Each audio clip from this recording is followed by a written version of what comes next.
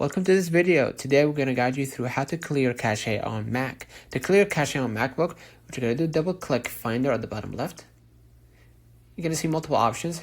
Press Go to Folder, or click Go to Folder, You're going to search like this, right? You're going to just type this sign, and usually you can find it on the left hand on your keyboard. Hit slash, or just type this sign, /library/caches, and you're going to see this result, right? You're going to see your name, library, caches. Just double click this and the file will open up. This is your caches, essentially. What you're going to do, select the files or folders you wish to remove and just move them to the trash, right?